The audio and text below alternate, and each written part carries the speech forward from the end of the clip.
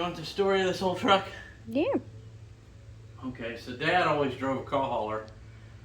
He was always a truck driver, and when he got out of the military, it was natural for him to just climb in a truck to make a living. When we came to Missouri, he got a job that was running back and forth between Texas, hauling cars, and he made a friend down there named Glenn. And he hauled cars to Glenn all the time. And Glenn bought this old truck on a Red Cross auction. I've never heard of those, but apparently that's something they did years ago in Texas. When I say years ago, I'm talking early 90s, right? And somewhere around 19, and I'm terrible with years, I would say 92, somewhere there, 91, 92. Well, we do the math on it. So I got this truck when I was 14. Dad brought it home. Glenn told him to take this truck home for his boy, which would have been my older brother. And at that point in time, Andy had a 1968, 69 Chevy pickup. So he told Glenn, he said, he's already got a pickup truck. He doesn't need another one. And Glenn says, well, you got another kid, take it home for him. And he said, that boy's 14 years old, don't even have a job. Glenn didn't care. So he made my dad take this truck home, and he gave it to me. I say gave it, it was $1,450. So Dad brought this truck home and unloaded it and said, I brought you a truck home. And, I think you're going to have to cut. Yeah, there's going to be a lot happen there, Don. So at 14 years old, I had to get a job. At that point in time, the truck drove, I should say that, the truck ran.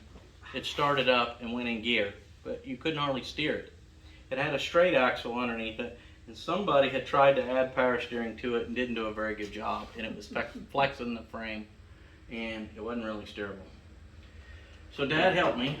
He helped me cut the frame off, and this is the front half of a 1986 Chevy half-ton, like a C10, right? They gave me A-arm suspension, gave me disc brakes, power steering, and much better turn, ride, everything. So we cut it all off, we put the engine back in, a transmission, and as a kid this became my drive, my ride during high school. So I drove this my junior and senior year in high school, right? Didn't have a lot of money to put in it, but it didn't take a lot of money other than fuel. And when I joined the Air Force in 1999, I decided to park this old truck while I was in the Air Force, and I bought a Jeep Wrangler. And as a dumb kid, I had put water in the cooling system on it, right? And it worked in the summer, obviously.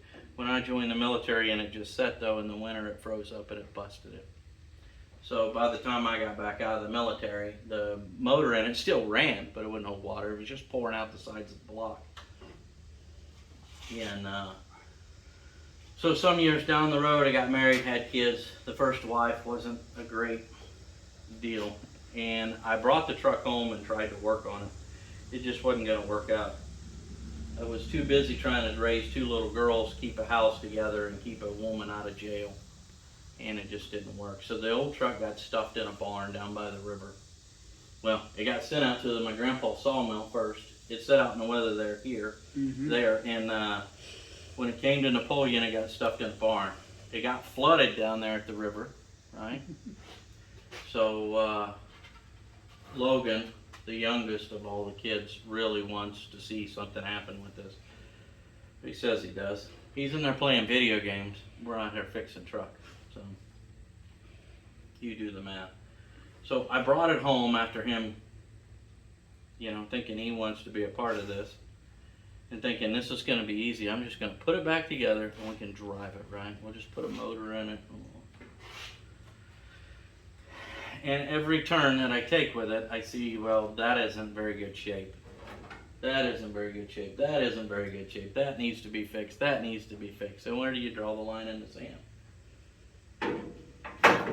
And I think too much of you's rubbed off on me. If you're going to do something, do it right.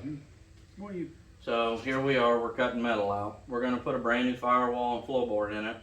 It's going to get new rockers and steps. Cab corners, part of the seal around the windshield's gonna be replaced. I'm not sure where that line in the sand's gonna be, but we're gonna continue to just keep plugging away on it, right? So this is the truck that forced me to get a job at 14 years old. And Hi, you. we're gonna fix it. Oh, you, boy. Don's gonna hand me tools But while all I we're doing is plug away. come on. And No. I'm gonna take you guys along for the ride since I've kind of backburnered the other airplane. I've run into kind of a hang up on it. So we're putting toe brakes on it, right? It's gonna be fantastic, but I don't have an STC for it.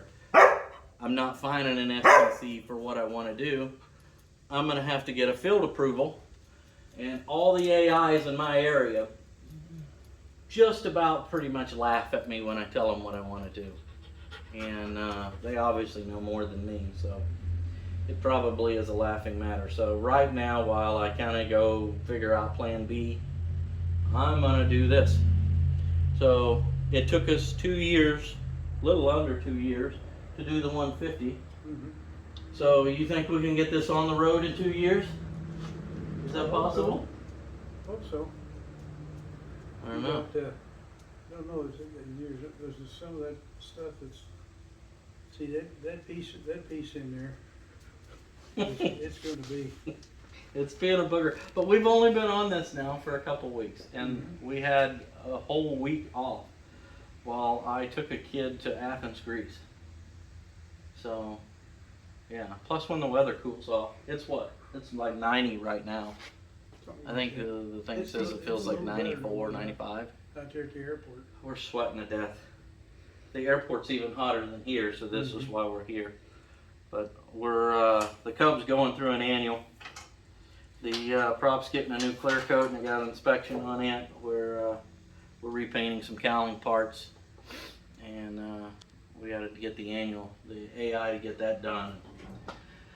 Then we'll be back to flying. We've flown the 150 a little bit. We've taken you out and flown a little bit. I've flown a little myself. I haven't taken it on any long trips, but when now cooler air comes in, I think it will. I think. What about you, Aletha? You want to fly in the 150 some more? Yes, I do. Yeah, we got to do that. So, alrighty. Well, that's what we're doing. So if you wonder where I've been, I haven't been lazy. Not totally, anyhow.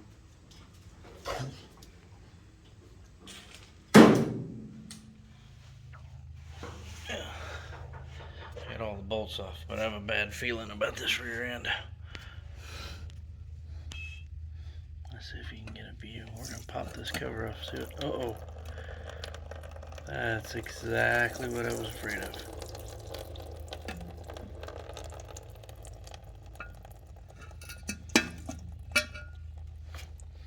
This rear end went underwater. And it's toast.